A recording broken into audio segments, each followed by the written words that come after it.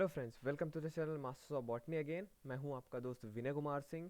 इस वीडियो में हम जानेंगे जिम्नोस्पर्म के जनरल कैरेक्टर्स के बारे में, जहां पे आपको पूरा आइडिया मिलेगा कि जिम्नोस्पर्मस जो प्लांट होते हैं वो एक्चुअली होते कैसे हैं। तो सबसे पहले चलते हैं इसके जनरल कैरेक्टर्स पे। देखिए, most of the living gymnosperms are perennial. Perennial आपको पता है, एनुअल, बाइनियल, पेरेनियल। पेरेनियल का मतलब है कि जो ये इसमें प्लांट होते हैं जिम्नोस्पर्म के, वो एक से ज़्यादा साल तक जो है उनका लाइफ होता है। प्लस वो एवरग्रीन ट्रीज होते हैं। एक डिसिडुअस ट्रीज होता है, एक एवरग्रीन। एवरग्रीन मीन्स हमेशा हरे भरे रहने वाले। ओके, एवरग्रीन ट्रीज होते हैं या तो श्रब्स होते हैं विथ जीरो फिटिक एडाप्टेशंस। मतलब जो उनका एडाप्टेशन होता है वो जीरो फिटिक होता है। मीन जहाँ पे वाटर कम होता है वो ऐसे जगहों पे पाए जाते हैं। और अगर बात करें हर्ब्स की, तो यहाँ पे हर्ब्स आपको नहीं मिलता है जिम्नोस्पर्म में। ओके, और जो मेन प्लांट बॉडी होती है जिम्नोस्पर्म की, वो स्पोरोफिटिक होती है। स्पोरोफिटिक का मतलब है डिप्लॉयड आपको मिलेगा। इससे पहले अगर आप लोअर प्लांट्स में जाएंगे, जैसे ब्रायोफाइट्स या एल्गी, वहाँ पे आप देखें तो जो मेन प्लांट बॉडी था वो गैमेटोफिटिक था, मीन्स हैप्लॉइड था। पर यहाँ पे जो मेन प्लांट बॉडी होती है वो स्पोरोफिटिक होती है। और तो और जो प्लांट बॉडी होती है यहाँ पे डिफ्रेंशिएटेड रहता है रूट, स्टेम और लीव्स में। ओके, और इसका अपोजिट क्या होता है, थैलॉइड प्लांट बॉडी। जहाँ पे जो प्लांट बॉडी होता है वहाँ पे रूट, स्टेम, लीफ ऐसा कुछ स्ट्रक्चर नहीं पाया जाता है, जैसे आपने देखा था एल्गी के केस में। पर यहाँ पे प्लांट बॉडी, आप कोई भी जिम्नोस्पर्मस का प्लांट देखेंगे तो वहाँ पे आपको रूट, स्टेम, लीव्स ये सब चीज़ आपको मिलेगा। सेकेंड चीज़ हम आते हैं रूट कैरेक्टर्स पे। अब यहाँ पे जो रूट होता है, मैंने आपको बताया है टैप रूट सिस्टम होता है और फाइब्रस रूट सिस्टम होता है। तो यहाँ पे क्या होता है जिम्नोस्पर्म पे, टैप रूट सिस्टम होता है। टैप रूट सिस्टम का मतलब होता है जब सीड जर्मिनेट करता है, जो वहाँ पे रेडिकल होता है वही प्राइमरी रूट बनाता है। तो ऐसे रूट को हम टैप रूट सिस्टम कहते हैं। सेकेंड आते हैं एनाटॉमिकल फीचर्स पे। तो जो रूट का एनाटॉमिकल फीचर है वो ये है कि द रूट्स आर डाई टू पॉलीअर्क। यहाँ पे आप देखेंगे डाई टू पॉलीअर्क कंडीशन पाया जाता है, और एक कंडीशन है एक्सर कंडीशन। तो दोनों मैं आपको एक पिक्चर से बताऊंगा। पहले देखते हैं डाई पॉलीअर्क और एक्सर कंडीशन क्या है। यहाँ पे एक पिक्चर है, यहाँ पे मैंने सारा चीज़ डिपिक्ट किया है। एक्सर कंडीशन बोलते हैं जब प्रोटोजाइलम जो होता है, प्रोटोजाइलम किसे बोलते हैं, जो फर्स्ट फॉर्म जाइलम होता है। मीन्स जब प्लांट ग्रो करता है जो पहले जाइलम बनता है उसे प्रोटोजाइलम बनते बोलते हैं, और जो बाद में जाइलम बनता है उसे मेटाजाइलम बोलते हैं। तो एक्सर कंडीशन, एक्स मतलब आउटर साइड, ये ध्यान में रखिए आप। और जब एक्सर कंडीशन होगा इसका मतलब प्रोटोजाइलम जो है वो बाहर के साइड है, आउटर रेडियस पे है। तो हमेशा ध्यान में रखिएगा, जब दो कंडीशन होता है एक्सर कंडीशन और इंडर कंडीशन। एक्सर तो हम हमेशा जो है ये टर्म प्रोटोजाइलम के रेफरेंस में यूज करते हैं। प्रोटोजाइलम अगर बाहर हुआ तो एक्सर कंडीशन होगा, प्रोटोजाइलम अगर अंदर की तरफ हुआ तो वो इंडर कंडीशन होगा। और इंडर कंडीशन स्टेम का फीचर है, वही रूट का फीचर क्या है, एक्सर कंडीशन। तो हम रूट का ही बात कर रहे हैं, और ये जिम्नोस्पर्मस में भी, जिम्नोस्पर्म प्लांट में भी मिलता है एक्सर कंडीशन, जहाँ पे प्रोटोजाइलम जो होता है वो बाहर की तरफ होता है। अगर आप ये तीनों पिक्चर में देखेंगे, जो मैंने वन लिखा है, ये वन क्या है, protoxylem means first form xylem. तो वो आप देखेंगे पेरीफेरी पे है। और जो सेकेंड, थर्ड ऐसे जो कंजेक्टिव जाइलम बनते जाते हैं वो सेंटर की तरफ जाते हैं। तो ये सारे जो है आपका एक्सर कंडीशन है। अगर बात करें ये डाई ट्राई और पॉली का, तो ये होता है कि प्रोटोजाइलम का ग्रुप कितना है। देखिए डाई कंडीशन होगा तो इसका मीन प्रोटोजाइलम के दो ग्रुप हैं। यहाँ पे आप फर्स्ट वाला पिक्चर देखेंगे तो वहाँ पे मैंने एक, देखिए, एक ऊपर साइड में लिखा है, एक नीचे साइड, दोनों ग्रो करते हुए 1 2 3 ऊपर से एक आता है, इधर से एक 1 2 3। तो यहाँ पे मेनली प्रोटोजाइलम के दो ग्रुप है। वही ट्राई अर्क में आप देखेंगे तो वहाँ पे 3 ग्रुप है। और पॉली अर्क में जब 3 से ज़्यादा प्रोटोजाइलम के ग्रुप हों, ऐसे कंडीशन को पॉली अर्क कंडीशन बोलते हैं। तो दो चीज़ ध्यान में रखना है आपको रूट में, कि एक तो एक्सर कंडीशन होता है, मतलब प्रोटोजाइलम जो होगा वो आउटर साइड में होगा, पेरिफेरल रीजन पे, और मेटाजाइलम सेंटर की तरफ रहेगा, इसे एक्सर कंडीशन बोलते हैं। प्लस प्रोटोजाइलम का ग्रुप कितना है उसके बेसिस पे आप बोलेंगे डाई अर्क है, ट्राई अर्क है या पॉली अर्क है। तो वही रूट कैरेक्टर्स में मैंने आपको बताया फर्स्टली तो टैप रूट सिस्टम प्रेजेंट होता है। और दूसरा चीज़ कि डाईएर्क टू पॉलीएर्क हो सकता है, मतलब प्रोटोजाइलम का ग्रुप। और जो प्रोटोजाइलम का कंडीशन होता है वो कैसा होता है, एक्सर कंडीशन होता है। मीन्स प्रोटोजाइलम या जो फर्स्ट फॉर्म जाइलम है वो पेरीफेरी की तरफ रहेंगे, और मेटाजाइलम जो रहेगा वो सेंटर की तरफ रहेगा, जैसे मैंने आपको फिगर में बताया। और आगे चलते हैं तो roots of some taxa have symbiotic relationship with algae और फंजाई। आगे तो roots of some taxa have symbiotic relationship. Symbiotic relationship का मतलब होता है जहाँ पे दो अलग अलग ग्रुप के जो मेंबर्स होते हैं वो एक रिलेशनशिप बनाते हैं, सिम्बायोटिक रिलेशनशिप। जैसे क्लोराइड रूट अगर आप देखेंगे साइकस का, देखिए साइकस में जो होता है दो टाइप के रूट मिलते हैं आपको, नॉर्मल रूट और क्लोराइड रूट। जो नॉर्मल रूट होता है वो नॉन ग्रीन होता है, पॉजिटिवली जियोट्रॉपिक होता है, मतलब ज़मीन के अंदर जाता है, ठीक है। लेकिन जो क्लोराइड रूट होता है वो यही टैप रूट के ही लेटरल ब्रांचेस से बनता है, यही जो नॉर्मल रूट है उसी से। लेकिन ये क्या होते हैं, डाइकोटम यूजली ब्रांच होते हैं, मतलब दो दो करके ऐसे डिवाइड रहते हैं। और ये एपोजियोट्रॉपिक होते हैं, मतलब ये ज़मीन के अंदर नहीं जाते। तो आप देखेंगे ये बाहर निकला हुआ रहता है, मतलब ये गुरुत्वाकर्षण के विपरीत ये ग्रो करते हैं। और मैंने आपको बताया कि ये सिम्बायोटिक रिलेशनशिप है एल्गी का। तो जो इसमें एल्गी इन्वॉल्व होता है वो साइनोबैक्टीरिया होता है, कौन सा, एनाबीना नॉस्टॉक। ये सारे जो एल्गी हैं यही आपको साइकस के क्लोराइड रूट में जब आप टीएस काटेंगे तब उसमें आपको दिखेगा, अगर आप माइक्रोस्कोप से उसका स्टडी करते हैं। तो यहाँ पे एक चीज़ बताया कि ये सिम्बायोटिक रिलेशनशिप हो गया एल्गी का, जिस जिस जो आपको देखने को मिलता है साइकस के क्लोराइड रूट में। सेकंड क्या हो गया, फंजाई का भी सिम्बायोटिक रिलेशनशिप होता है। ये एग्जांपल आपको मिलता है माइकोराइजल रूट्स ऑफ पाइनस। जो पाइनस इसमें प्लांट है एक जिम्नोस्पर्म का, उसका जो रूट होता है उसके आउटर सरफेस पे क्या होता है, फंगस लगे हुए होते हैं, फंगल हाइफा जो होता है रूट को कवर किए हुए रहता है। ये वाटर और मिनरल एब्जॉर्प्शन में हेल्प करते हैं। और अगर जैसे एल्गी में मैंने बताया नॉस्टॉक और एनावीना है, वैसे ही जो फंजाई हैं उनमें से भी कुछ बेसिडियो माइकोटिना के मेंबर जैसे एमांशिया, बोलिटस, क्लेवेलारिया और स्क्लेरोडर्मा नाम के जो फंगस है ये पाइनस के रूट के ऊपर कवरिंग करते हैं, मतलब सिम्बायोटिक रिलेशनशिप बनाते हैं। ये तो हो गया जनरल कैरेक्टर्स और रूट कैरेक्टर्स। अब आते हैं स्टेम पे। अगर स्टेम की बात करें जिम्नोस्पर्म में तो ये यूजली क्या होता है, इरेक्ट होता है और प्रोफ्यूजली ब्रांच होता है, मीन्स ब्रांचिंग ज़्यादा होती है। लेकिन एक एक्सेप्शन है कि साइकस के जो प्लांट होते हैं वहाँ पे आपको ब्रांचिंग देखने को नहीं मिलेगा, और ये क्या होते हैं, वुडी नेचर के होते हैं, मीन्स हर्बेशियस नहीं होते, वुडी होते हैं। और समटाइम्स एज इन जामिया, जैसे जामिया का प्लांट है, स्टेम जो होता है ट्यूबरस भी होता है, मीन्स वो क्या करता है, स्टोर करके रखता है फूड भी। और नेक्स्ट चलते हैं तो स्टेम पे आपको लीफ स्कार्स देखने को मिलेंगे, जो एक कैरेक्टरिस्टिक फीचर है जिम्नोस्पर्म का। जिम्नोस्पर्म का जो भी आप प्लांट देखेंगे वहाँ पे आपको लीफ स्कार्स देखने को मिलेगा, मीन्स जैसे जब लीफ गिर जाती है तो जो लीफ जहाँ पे अटैच था वो एक मार्क रह जाता है जिम्नोस्पर्म के स्टेम पे। तो ये हो गया general character, root character, stem character. ये मैंने आपको पिक्चर दिखाया। अभी स्टेम में और भी बाकी है। The stem shows distinct secondary growth. यहाँ पे आपको सेकेंडरी ग्रोथ भी देखने को मिलता है। अभी तक आपने ब्रायोफाइट पढ़ा, टेडोफाइट पढ़ा। ब्रायोफाइट में मान लीजिए जाइलम फ्लोएम था ही नहीं, टेडोफाइट में आपको जाइलम और फ्लोएम देखने को मिला। लेकिन वहाँ पे क्या था, टेडोफाइट्स में सेकेंडरी ग्रोथ जो था एब्सेंट था, क्योंकि सेकेंडरी ग्रोथ किससे होती है, कैम्बियम से, और कैम्बियम वहाँ पे एब्सेंट था। लेकिन यहाँ पे जिम्नोस्पर्म में आप देखेंगे कि कैम्बियम यहाँ पे प्रेजेंट होता है, इसीलिए आपको सेकेंडरी ग्रोथ भी देखने को मिलेगी। और सेकेंडरी ग्रोथ होता है तो आपको कॉन्सिप्यूकस, मतलब आसानी से देखे जा सकने वाले एनुअल रिंग्स भी मिलेंगे। एनुअल रिंग्स मैं आपको बताऊं इस पिक्चर से, तो एनुअल क्या होता है, जब प्लांट एक ग्रो करता है उसके बाद कैम्बियम फॉर्मेशन होता है, जाइलम जो होता है अंदर की तरफ कट होता है और फ्लोएम बाहर की तरफ, ऐसे ऐसे ग्रोथ होता जाता है। एक होता है उसमें ऑटम वुड होता है, एक स्प्रिंग वुड होता है। तो ये दोनों मिलके ग्रोथ रिंग बनाएंगे, और इसको आप काउंट भी कर सकते हैं, जैसे फर्स्ट ईयर का एनुअल रिंग, सेकेंड ईयर का एनुअल रिंग, थर्ड ईयर का एनुअल रिंग।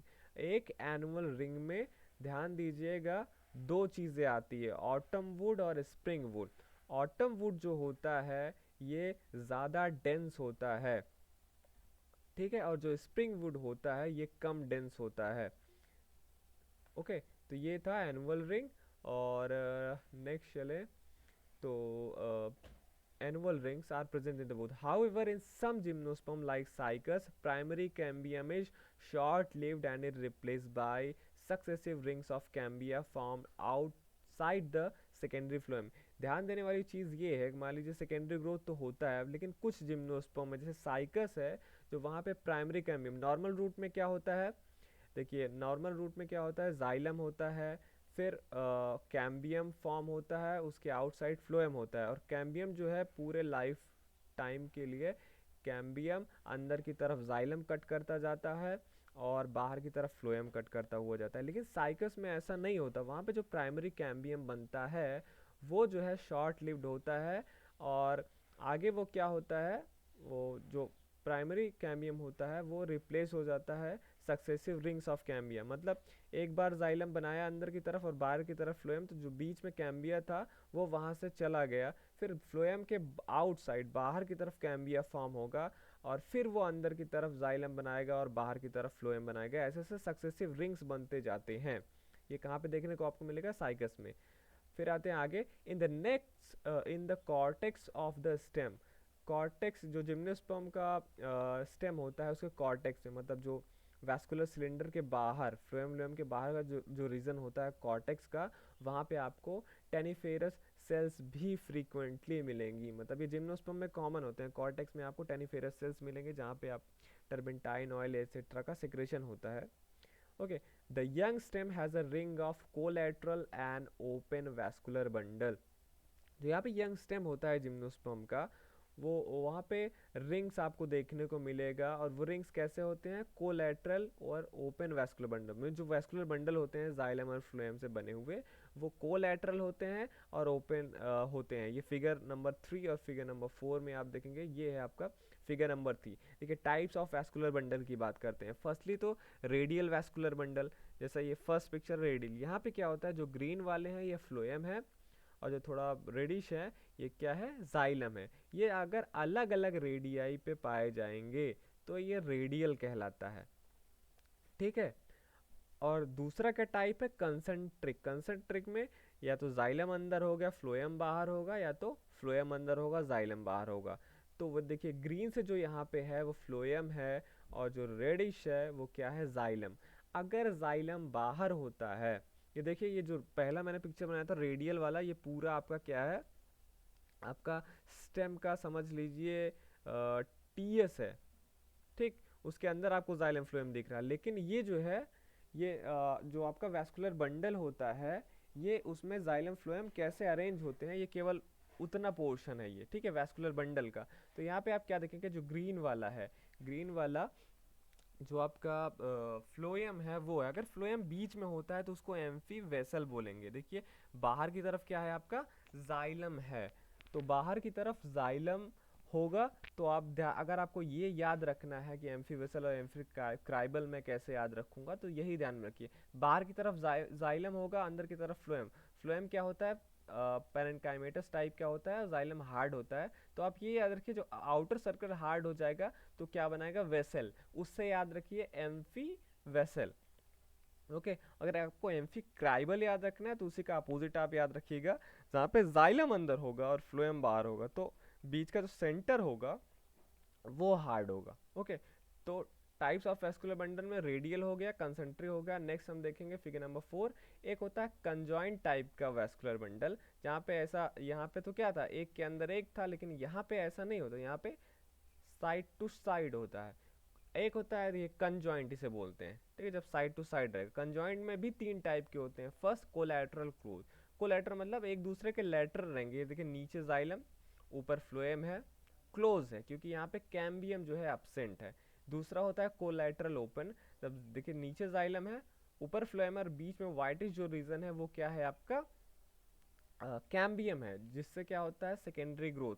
जहाँ पे कैम्बियम एब्सेंट होता है वहाँ पे सेकेंडरी ग्रोथ नहीं होता है, और जहाँ पे कैम्बियम होगा वहाँ पे सेकेंडरी ग्रोथ होगा, क्योंकि कैम्बियम ही जाइलम और फ्लोएम दोनों बनाते हैं। और एक होता है बाई कोलेटरल ओपन, जहाँ पे क्या होगा, ये देखिए यहाँ पे दो दो कैम्बियम है, बीच में जाइलम है, फिर कैम्बियम आउटर साइड फ्लोएम और इनर साइड भी फ्लोएम है, वहाँ पे कैम्बियम। तो बाइकोलेटरल, ये सब सारे टर्म्स आप याद रखेंगे। तो मैंने जिम्नोस्पर्मस प्लांट के फीचर मैंने क्या बताया कि यहाँ पे the young stem has a ring of collateral and open vascular bundle. तो कोलैटरल मतलब ये कोलैटरल ओपन जो सेंटर वाला है, ऐसा यहाँ पे वैस्कुलर बंडल आपको मिलता है जिम्नोस्पर्म में।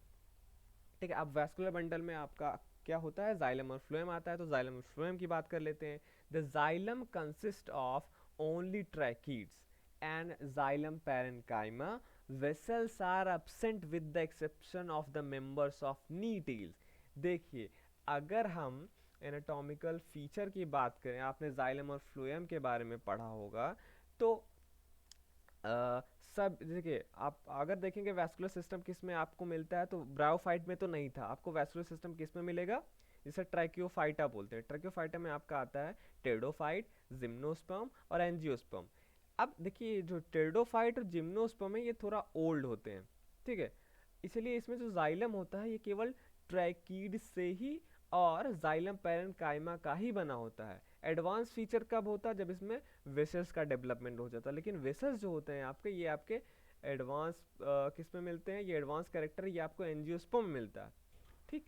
तो इसीलिए टेरिडोफाइटा और जिम्नोस्पर्म का जो वुड होता है, जो मतलब जाइलम होता है, ये केवल जाइलम ट्रैकिड्स और जाइलम पैरेन्काइमा के ही बने होते हैं। वेसल्स एब्सेंट होता है। लेकिन एक्सेप्शन क्या है, नीटेल्स जो इसका ऑर्डर है जिम्नोस्पर्म का, जैसे उसका प्लांट एक हुआ नीटम, उसमें वेसल्स पाए जाते हैं, जो एक एडवांस फीचर है, ये याद रखने वाली चीज़ है, ठीक। ऐसे ही फ्लोएम की अगर बात करें, तो फ्लोएम में भी कुछ चीज़ है जो एडवांस है, कुछ चीज़ है जो ओल्ड है। जैसे फ्लोएम जो होता है, यहाँ पे बना होता है सीव ट्यूब्स और फ्लोएम पैरेन्काइमा का। यहाँ पे कंपेनियन सेल्स जो होती हैं वो एब्सेंट होती हैं, और कंपेनियन सेल्स भी एक एडवांस फीचर है जो आपको मिलता है कहाँ पे, एंजियोस्पर्म में।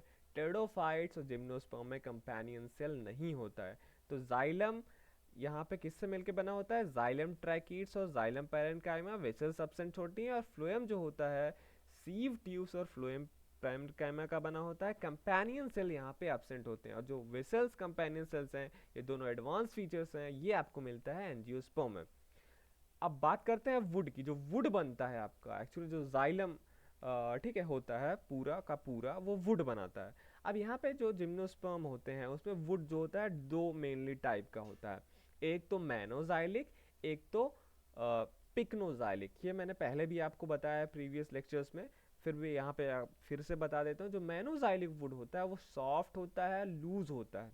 और जो जैसे कि साइकस में आप देखेंगे, साइकस में मैनोजाइलिक वुड होता है। वहीं पाइनस में आप देखेंगे कि वो जो वुड होता है वो पिग्नोजाइलिक होता है, मींस कॉम्पैक्ट एंड हार्ड। ये क्यों होता है, ये देखते हैं हम फिगर नंबर 5 में।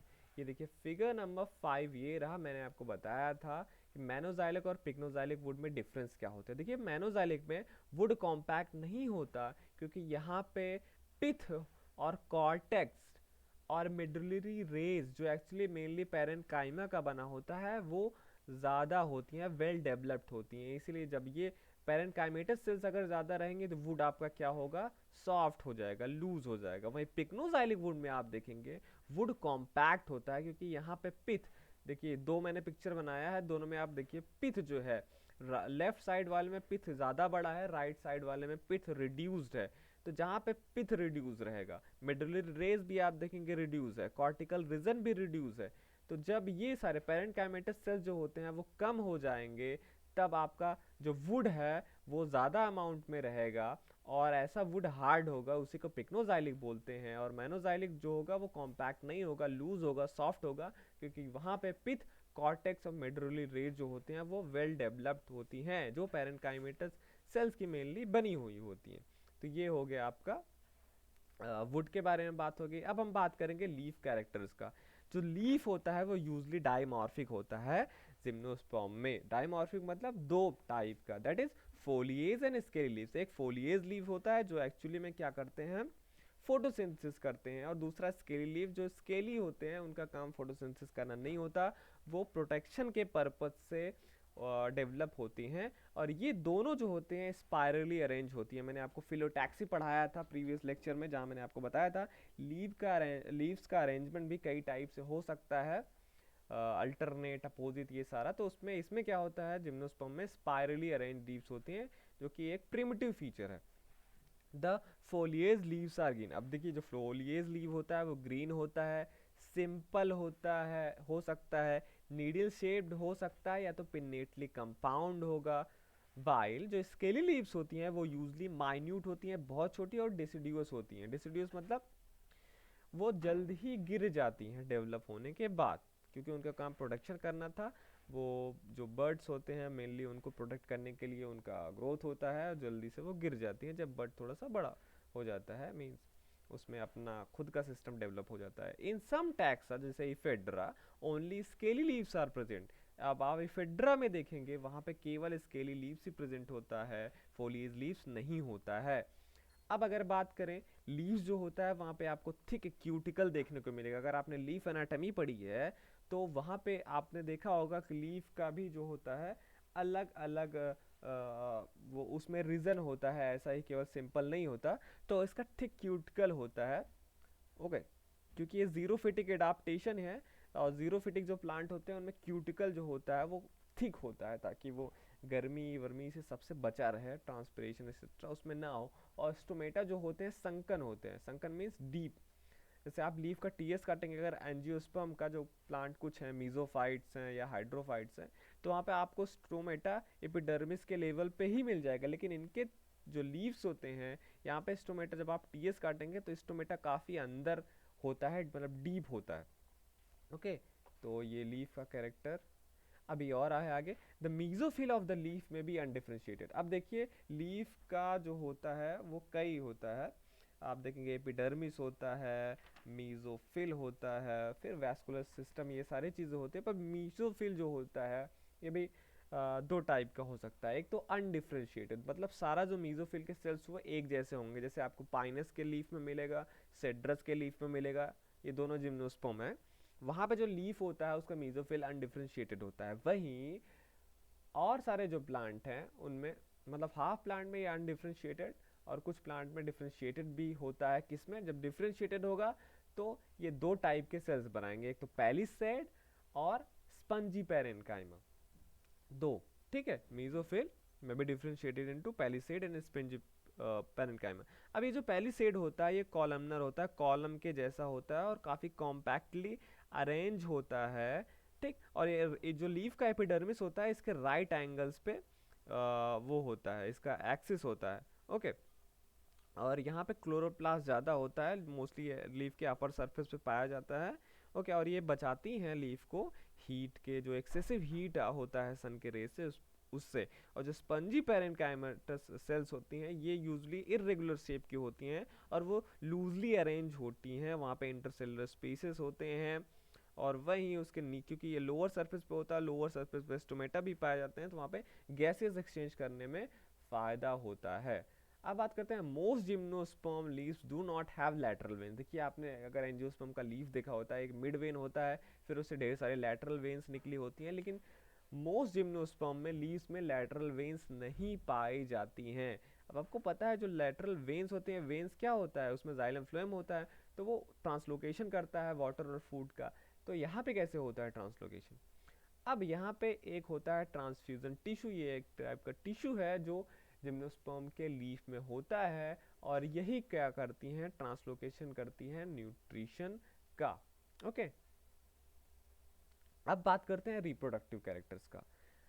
अब यहाँ पे जो प्लांट होते हैं वो हेट्रोस्पोरस नेचर के होते हैं। आपने देखा था टेरिडोफाइट्स में जो होता है वहाँ पे हेट्रोस्पोरस कंडीशन क्या था, डेवलप हो रहा था, मतलब जो स्पोर होते थे, साइज और जो सेक्स था वो दोनों इंटर रिलेटेड था। मीन्स एक तो होमोस्पोरस कंडीशन है जहाँ पे सारे एक ही साइज के होंगे, और सभी जो होता है एक ही तरीके के गैमेटोफाइट बनाते हैं। लेकिन जो हेट्रोस्पोरस प्लांट होते हैं उसका मतलब क्या हुआ, स्पोरोफाइट पे स्पोर लगे होते हैं स्पोर जो है रिलीज होता है। स्पोर जो होता है अलग अलग साइज के होंगे, जो छोटा वाला होगा जिसको माइक्रोस्पोर बोलते हैं वो मेल गैमेटोफाइट बनाता है, और जो बड़ा वाला होता है वो ग्रो करता है वो फीमेल गैमेटोफाइट बनाता है। तो इसीलिए यहाँ पे हेट्रोस्पोरस होता है, मतलब यहाँ पे वही सिस्टम है कि एक छोटा स्पोर बनेगा जो मेल होगा, एक बड़ा स्पोर बनेगा जो फीमेल होगा। और ये कंडीशन मैंने आपको बताया था कि ये टेरिडोफाइट में डेवलप होती रहती है। उसमें आपने पढ़ा होगा हेट्रोस्पोरियन सीड हैबिट, वहाँ पे हेट्रोस्पोरस कंडीशन डेवलप होता रहता है, पर जिम्नोस्पर्म में ये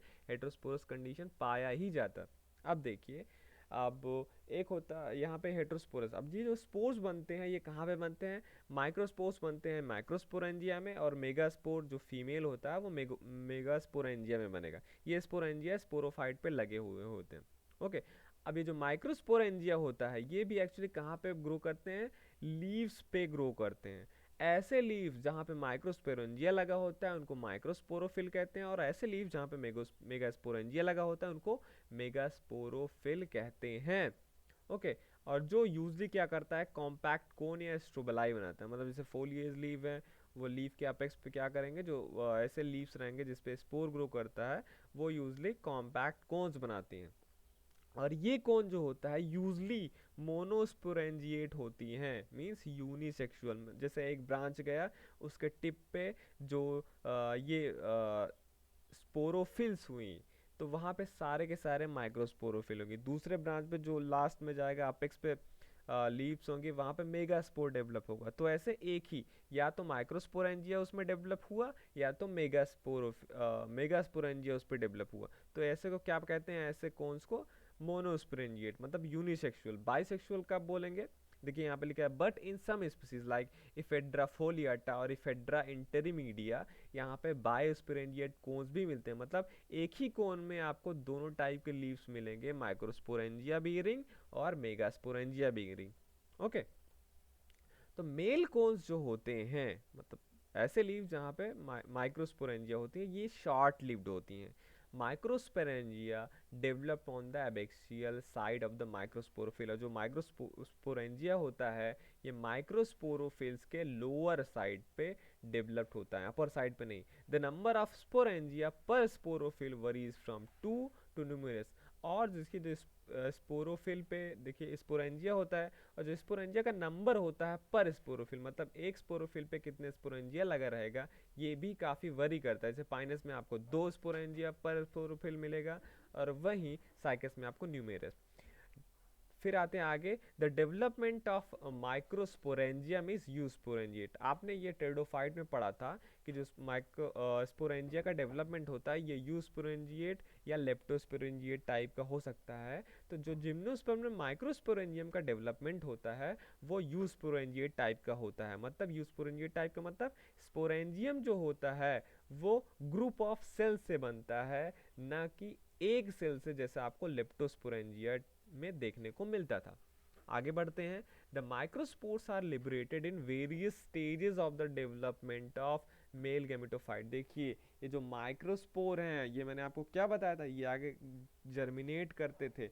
आपने देखा था टेरिडोफाइट माइक्रोस्पोर जो है स्पोरोफाइट से निकलता था, जमीन पे गिरता था, फिर वो ग्रो करके मेल गैमेटोफाइट बनाता था।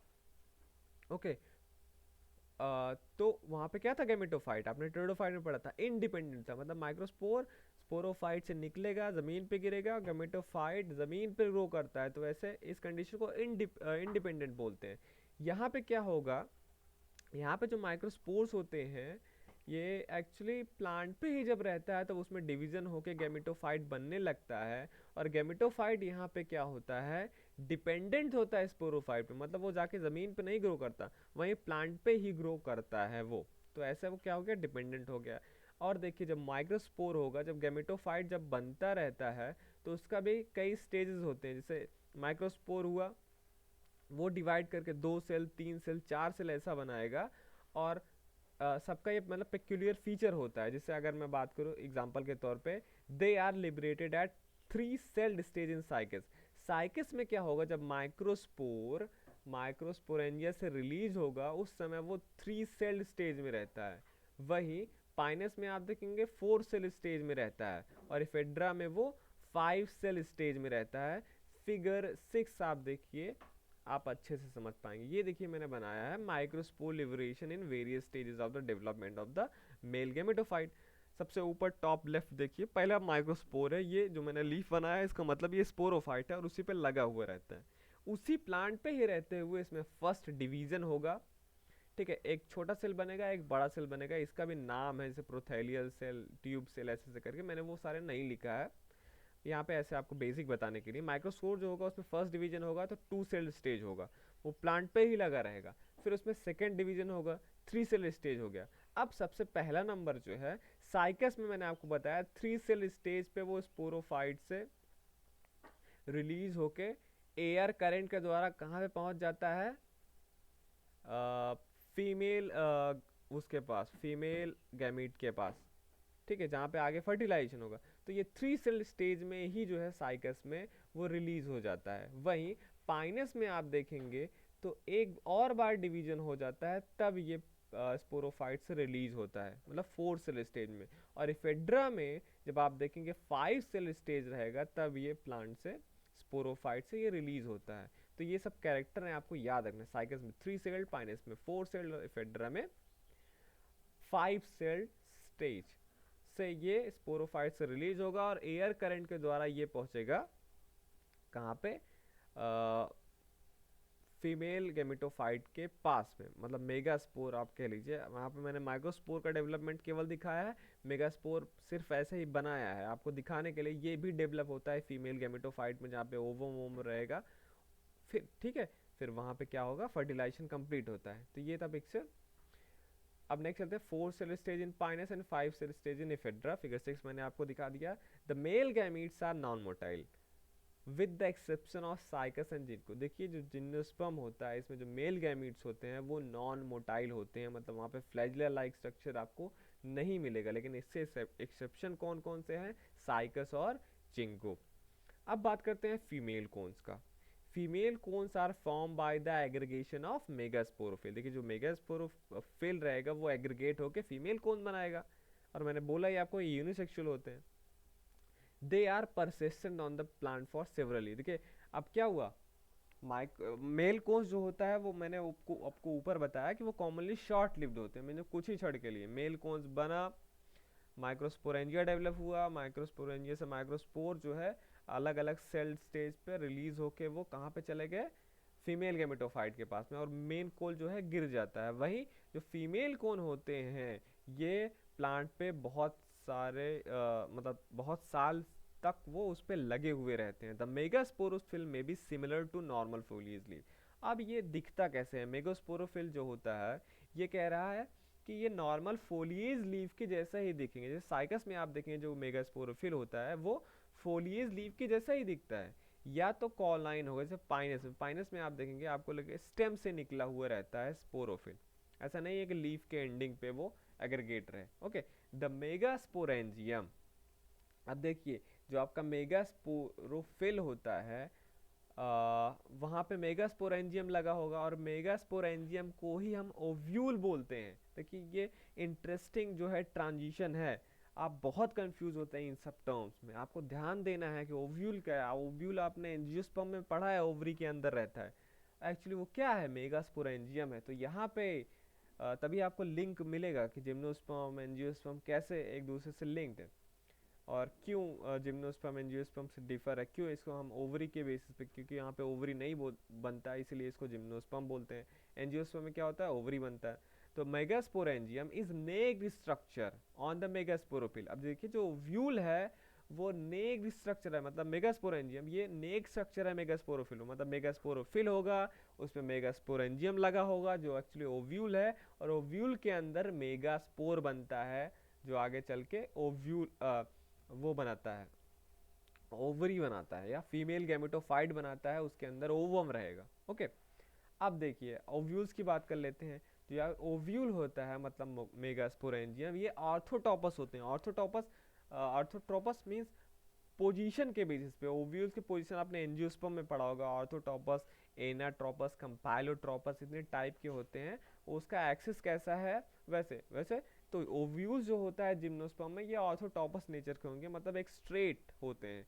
और ओव्यूल्स में इंटीग्मेंट कितने हैं उसके बेसिस पे ही डिवीजन होता है। अब यहाँ पे जिम्नोस्पर्म जो होते हैं ये मेनली यूनिटेगमिक होते हैं, लेकिन नीटेल्स जो मैंने आपको बताया एडवांस एक ऑर्डर है इसका जिम्नोस्पर्म का, जहाँ पे आपने देखा कि जाइलम में वेसल्स भी मिलते हैं, वो एडवांस है, और वहाँ पे एडवांस कैरेक्टर भी पाया जाता है कि ओव्यूल्स वहाँ पे बाइटेगमिक होता है।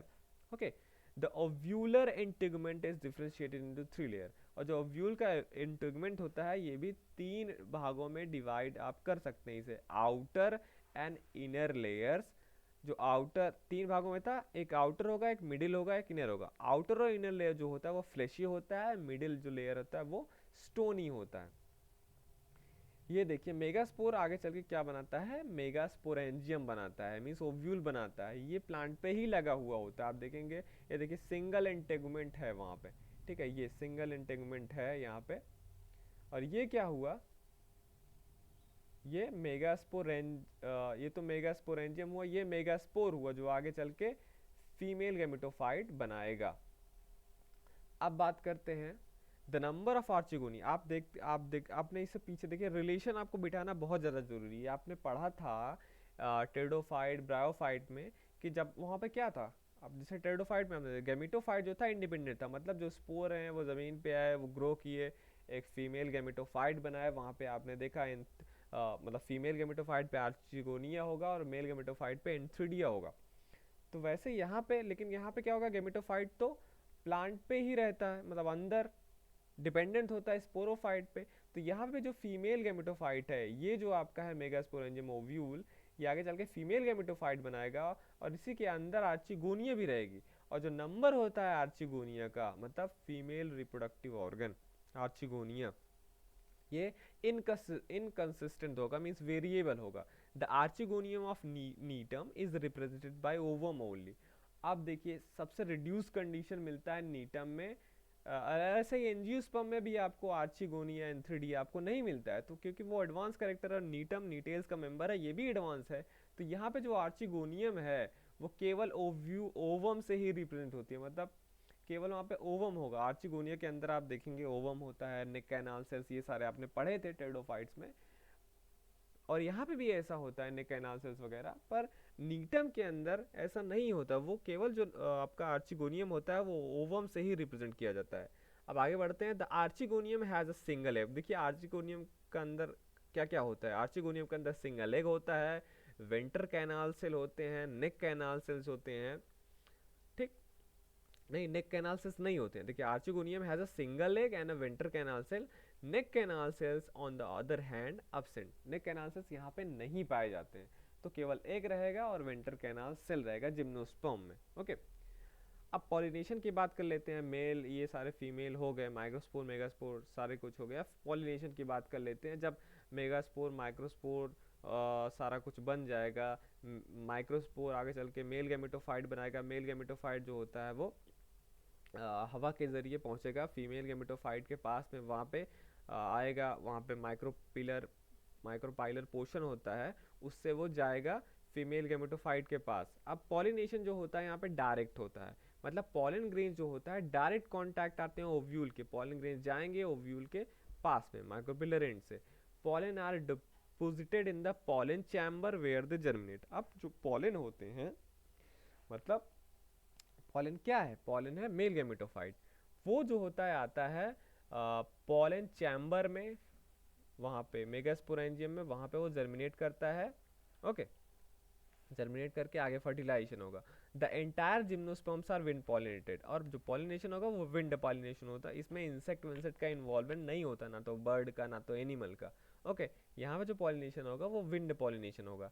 अब नेक्स्ट बात करते हैं जाइगोट की। देखिए जब फर्टिलाइजेशन होगा, मतलब जो फीमेल गेमेटोफाइट है वो आएगा, मेल गेमेटोफाइट है माइक्रोस्पोर, वो मतलब आएगा फीमेल गेमेटोफाइट के पास में, वहाँ पे वो उसके पॉलन चैम्बर में आएगा, वहाँ पे जर्मिनेट करेगा, वो उससे पॉलन ट्यूब निकलेगा, पॉलन ट्यूब से क्या होगा, वो कैरी करके ले जाएगा स्पर्म को ओवम के पास, और वो ओवम से फर्टिलाइजेशन हो जाएगा।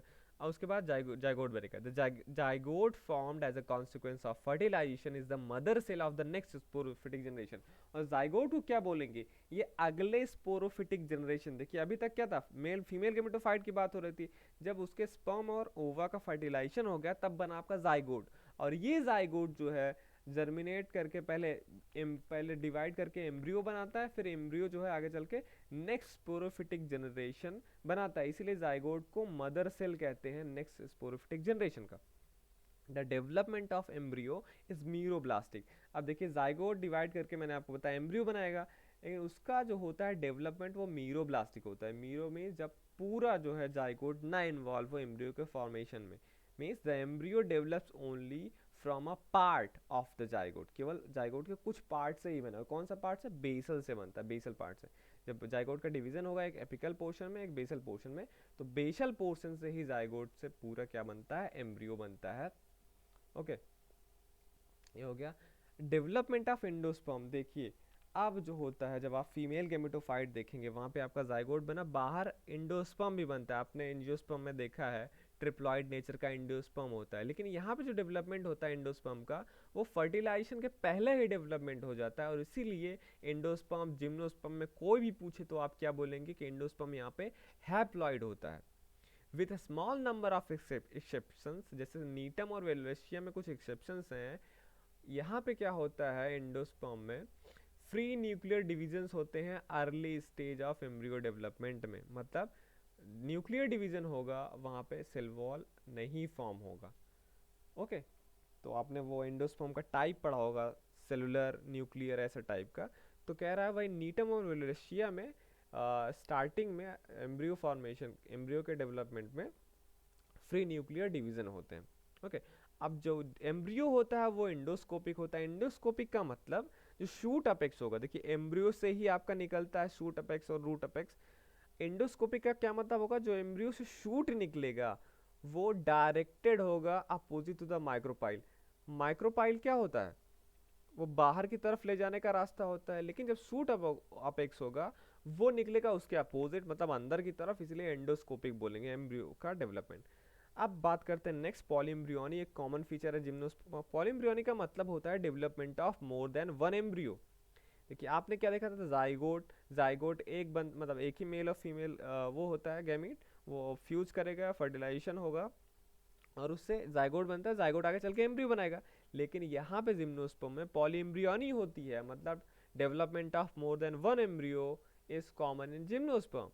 The polyembryony may arise by fertilization of more than one egg और by the division of the zygote। ये क्यों होता है? क्योंकि आर्चिगोनिया का नंबर वरी करता है, आप देखेंगे गेमेटोफाइट में, और फिर एक एक आर्चिगोनिया में एक एक एग होता है, तो उनका सारे का फर्टिलाइजेशन हो जाता है। फर्टिलाइजेशन होने के बाद क्योंकि लेकिन वहाँ पे जगह कम होती है, इसीलिए केवल एक, देखिए इसमें आगे इसमें बताता हूँ, मोर देन वन एक्स और by the division of zygote. या तो एक ऐसा हुआ कि अलग अलग एक का वो हो गया फर्टिलाइजेशन, तब अलग अलग एम्ब्रियो फॉर्म होगा, या तो कह रहा है जाइगोट का ही डिवीजन ऐसा हो कि उससे अलग अलग एम्ब्रियो बन जाए, जिसको क्लीवेज पॉलीएम्ब्रियोनी बोलते हैं। ओके, तो ऐसे डेवलपमेंट होगा पॉली एम्ब्रियो का।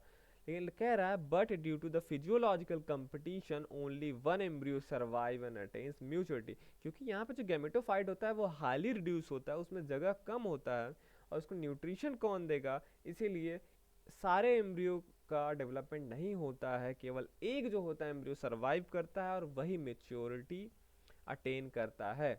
नेक्स्ट चलते हैं, द नेक्ड ओव्यूल। अब देखिए नेक्ड ओव्यूल क्यों बोल रहे हैं? क्योंकि वो लीफ पे ही डेवलप करता है, यहाँ पे ओवरी नहीं होता, इसलिए नेक्ड ओव्यूल बोले। The naked ovule develop into seed, और ओव्यूल ही जो है वो आगे चल के सीड बनाता है। ओके, द ओव्यूलर इंटीग्यूमेंट, और जो ओव्यूल में आपको मैंने इंटीग्यूमेंट बताया वो सीड का कोट बनाते हैं।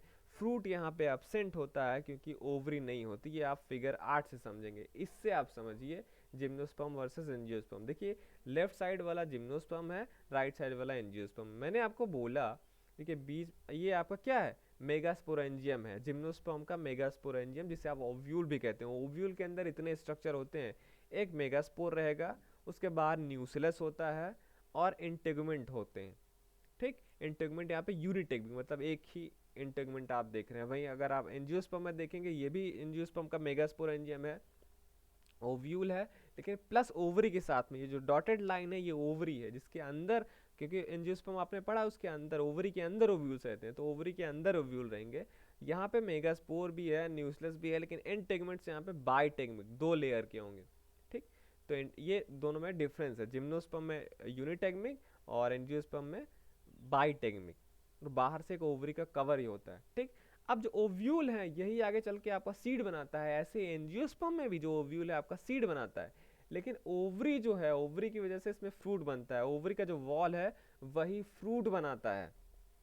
जैसे आपने मैंगो खाया होगा, जो आप खाते हैं वो एक्चुअली ओवरी है, अंदर तो सीड होता ही है, लेकिन जिम्नोस्पर्म में ओवरी ना होने की वजह से केवल सीड ही बनता है, फ्रूट नहीं बनता। तो एंजियोस्पर्म में फ्रूट प्लस सीड बनेगा और जिम्नोस्पर्म में केवल सीड बनेगा। ओके, ये कहानी आपको समझ में आई होगी। नेक्स्ट चलते हैं, द नंबर ऑफ कॉटिलिडन्स। अब देखिए जब सीड जो है आगे चल के जर्मिनेट करेगा जमीन पे, स्पोरोफाइट तो इंडिपेंडेंट होता है, अब उसमें कॉटिलिडन निकलता है। कॉटिलिडन जो होता है सीड में वो एक या दो होते हैं, जैसे साइकस में, या 10 से 11 हो सकते हैं पाइनस में। जैसे the seed typically has a short और लॉन्ग डॉर्मेंट पीरियड। सीड ऐसे ही नहीं ग्रो कर जाता, आपने देखा होगा एंजियोस्पर्म का जो सीड होता है ऐसे नहीं पेड़ से गिरा तुरंत ग्रो करिए, उसको आप लॉन्ग टर्म के लिए रख भी सकते हैं, तो उसको क्या बोलते हैं, डॉर्मेंट पीरियड। और फिर वो जर्मिनेट करता है नए स्पोरोफिटिक बॉडी में। अब एक खास बात क्या है, यहाँ पे जो सीड होता है जिम्नोस्पर्म का, ये रिप्रेजेंट करता है 3 फेजेस। जिम्नोस्पर्म के लाइफ साइकिल के 3 फेजेस को ये रिप्रेजेंट करता है। कौन कौन से? अब जो इंटेगमेंट और न्यूसेलस होता है, ये जो न्यूसेलस और इंटेगमेंट, ये देखिए लेफ्ट साइड में इंटेगमेंट हो गया बाहर वाला ब्लूइश कलर का, न्यूसेलस हो गया ग्रीन कलर वाला, उसके अंदर तो मान लो मेगास्पोर है, उसकी बात मैं अभी नहीं कर रहा हूँ, इंटेगमेंट और न्यूसेलस की। ये दोनों जो है ये मदर स्पोरोफिटिक फेज के हैं, मतलब ये स्पोरोफिटिक वाले ये डिप्लॉयड हैं, ठीक है। ये एक्चुअली जिस प्लांट पे ये ग्रो कर रहा था उसी का पार्ट है, स्पोरोफाइट का है, ठीक। इंटेगमेंट और न्यूक्लियस। मेगास्पोरेंजियम क्या है? मेगास्पोरेंजियम आपका स्पोरोफाइट पे डेवलप होता है, मींस ओव्यूल। तो ये जो आपका स्ट्रक्चर है इंटेगमेंट और न्यूक्लियस, ये दोनों स्पोरोफाइट के ही हैं और डिप्लॉयड होते हैं। वहीं सेकंड जो एंडोस्पर्म बनता है, ये एंडोस्पर्म मेगास्पोर आगे चल के एंडो ये फीमेल गेमेटोफाइट बनाता है, उसके अंदर एंडोस्पर्म होता है। तो जो एंडोस्पर्म होगा ये गैमेटोफिटिक फेज है, मींस स्पोरोफिटिक में मैंने आपको बोला स्पोरोफाइट पे ही आपका गैमेटोफाइट रहता है, और गैमेटोफाइट कहाँ रहेगा? यही आपका मेगास्पोरेंजियम के अंदर आपका फीमेल गैमेटोफाइट होगा। और फीमेल गैमेटोफाइट इस तरह से क्या हुआ जिम्नोस्पर्म में, स्पोरोफाइट के ऊपर डिपेंडेंट। और उसी गैमेटोफाइट में जो आर्चिगोनिया बनता है, उसमें फिर ओवम रहता है, ओवम फर्टिलाइज होके क्या बनेगा, जाइगोट। जब जाइगोट बनेगा एम्ब्रियो में, उसी के अंदर रहेगा, उसी पे लगा हुआ रहेगा प्लांट पे ही। तो स्पोरोफाइट का जो टिश्यू है उसके अंदर आपने देखा गैमेटोफिटिक फेज, और गैमेटोफेज पे ही आपका सेक्स ऑर्गन होंगे, और फिर उसके बाद उसमें फर्टिलाइजेशन होके एम्ब्रियो भी प्लांट पे ही डेवलप होगा, और जैसे जाइगोट हो गया, ठीक है। जाइगोट क्या हुआ, अब ये मदर सेल है नेक्स्ट स्पोरोफिटिक फेज का। तो इस ऐसे यहाँ पे क्या हुए, 3 जो है फेजेस आपको देखने को मिलेंगे। इंटेगमेंट और न्यूक्लियस फर्स्ट स्पोरोफिटिक फेज को रिप्रेजेंट करेगा, एंडोस्पर्म गैमेटोफिटिक फेज को रिप्रेजेंट करेगा, और जो एम्ब्रियो बनेगा वो नेक्स्ट स्पोरोफिटिक फेज को वो करेगा, क्योंकि एम्ब्रियो किससे डेवलप होता है, जाइगोट से ही। ओके, ये आपको फिगर्स में इससे दिखाता हूँ। ये देखिए 3 फेजेस कैसे रिप्रेजेंट करता है। ये देखिए पहले मैंने आपको क्या दिखाया, इंटेगमेंट है, लेफ्ट वाला देखिए इंटेगमेंट है, न्यूक्लियस है, मेगास्पोर है। यही आगे चल के क्या बनाता है, इंटेगमेंट तो रहेगा ही, न्यूक्लियस तो रहेगा ही। अब ये जो इंटेगमेंट होता है मींस सीड कोट जो बनाता है, और न्यूक्लियस, दोनों क्या होते हैं, ये मदर स्पोरोफिटिक फेज को शो करते हैं, और ये डिप्लॉयड होते हैं 2n। वही एंडोस्पर्म जो होगा, ये जो डॉटेड लाइन है राइट साइड वाले फिगर में, ये एंडोस्पर्म है, ये हैप्लॉइड होता है, ये गैमेटोफिटिक फेज को शो करता है। और जो एम्ब्रियो बनेगा, ठीक है, जाइगोट आगे चल के एम्ब्रियो बनाता है उसी सीड के ही अंदर, वो क्या होगा, वो स्पोरोफिटिक फेज को शो करता है। तो ऐसे आपको 3 फेजेस आपको देखने को मिले। तो कोई आपसे पूछे तो आप बता दीजिए the seed represent 3 phases in the life cycle of gymnosperm. फिर नेक्स्ट पे चलते हैं, there is a distinct alternation of generation. अब आपने देखा कि स्पोरोफिटिक फेज आता है, फिर गैमेटोफिटिक फेज आता है, इसी को अल्टरनेशन ऑफ जनरेशन कहते हैं। तो दोनों अलग अलग होते हैं, फीमेल मतलब गैमेटोफिटिक फेज अलग है, स्पोरोफिटिक फेज अलग है। The sporophytic phase is 2n, मतलब डिप्लॉयड फेज है, वो डोमिनेंट होता है जिम्नोस्पर्म में। वहीं लोअर ब्रायोफाइट में आप क्या देख रहे थे, गैमेटोफिटिक फेज डोमिनेट होता है, स्पोरोफाइट शॉर्ट लिव्ड और डिपेंडेंट होता था गैमेटोफाइट पे। लेकिन यहाँ पे क्या है, स्पोरोफिटिक फेज जो होता है वो डोमिनेंट होता है, और गैमेटोफिटिक फेज यहाँ पे काफ़ी रिड्यूस है। जो आपने देखा मेल गैमेटोफाइट पॉलन ग्रेन और फीमेल गैमेटोफाइट एम्ब्रियो से कि काफ़ी रिड्यूस होते हैं और डिपेंडेंट होते हैं स्पोरोफाइट पे, मीन्स उसी पे लगे हुए रहते हैं न्यूट्रिशन के लिए। The gametophytic phase is dependent on the sporophytic phase. Gymnosperm में मैंने आपको अभी बताया जो गैमेटोफिटिक फेज होता है वो स्पोरोफिटिक फेज पे ही डिपेंडेंट रहता है। ओके, ये मैंने आपको बता दिया। और ये देखिए कैसे सिमिलर है, ये आप अगर ह्यूमन फीमेल से अगर आप इसका बताएं, जैसे मैंने आपको बताया कि सीड जो होता है रिप्रेजेंट करता है 3 phases in the life cycle of gymnosperm को। तो एक मैंने आपको ये पिक्चर ऐसे ही डाला है समझाने के लिए। देखिए जो मदर होती है, मदर क्या हुई, मान लीजिए ये अभी ये एक आपको जनरेशन शो कर रहा है, ठीक है। मदर के अंदर क्या होगा, चाइल्ड होगा। मान लीजिए वो चाइल्ड मेल भी हो सकता है फीमेल भी हो सकता है। चाइल्ड क्या, एम्ब्रियो। जब एम्ब्रियो डेवलपमेंट होता रहता है मदर के अंदर, ओके, अगर वो फीमेल होती है तो उसके मदर के जो एम्ब्रियो डेवलप हो रहा है, अगर वो फीमेल होती है तो फीमेल में जो फ्यूचर ओवम होता है वो उसमें एम्ब्रियो के टाइम पे ही मियोसिस फर्स्ट में अरेस्ट हो जाता है। और वही जो एम्ब्रियो एक आगे चल के लड़की में कन्वर्ट होगी, फिर वो जब माँ बनेगी तब उससे जो स्पर्म फर्टिलाइज करेगा उस वही ओवम से वो थर्ड जनरेशन बनाएगा, मतलब उसका चाइल्ड। तो यहाँ पे मदर एक जनरेशन, जो एम्ब्रियो आगे चल के लड़की बनाएगी वो सेकेंड जनरेशन, और उस लड़की के अंदर जो आपका ओवम है, जो एम्ब्रियो स्टेज पे ही डेवलप होता है, मियोसिस फर्स्ट में अरेस्ट रहता है, वो प्यूबर्टी के टाइम पे उसके मियोसिस को कंप्लीट करेगी और उसके फर्टिलाइजेशन के बाद वो सेल थर्ड जनरेशन में कोई चाइल्ड बनाता है। तो ये भी आपको ह्यूमन में देखने को मिलता है, जो काफ़ी इंटरेस्टिंग चीज़ है। ओके, तो होप कि आपको ये सारा लेक्चर पसंद आया होगा। कोई भी आपको परेशानी हो इसको समझने में तो ज़रूर कमेंट कीजिए, मैं आपको सारी चीज़ें ज़रूर क्लियर करके बताऊंगा। ओके, तो चलता हूँ मैं। Thank you for watching this video. Masters of botany ये चैनल है, इसको ज़रूर सब्सक्राइब कीजिए। आगे जब भी मैं कोई वीडियो डालूंगा वो आपके पास नोटिफिकेशन जाएगा। और इस वीडियो के डिस्क्रिप्शन में मैंने बहुत सारे अपने प्रीवियस वीडियोस का लिंक डाला है, उसको भी देखिए, जो आपके लिए काफ़ी हेल्पफुल रहेगा। चलता हूँ मैं, मिलूंगा आपसे नेक्स्ट वीडियो में। Thank you for watching this video.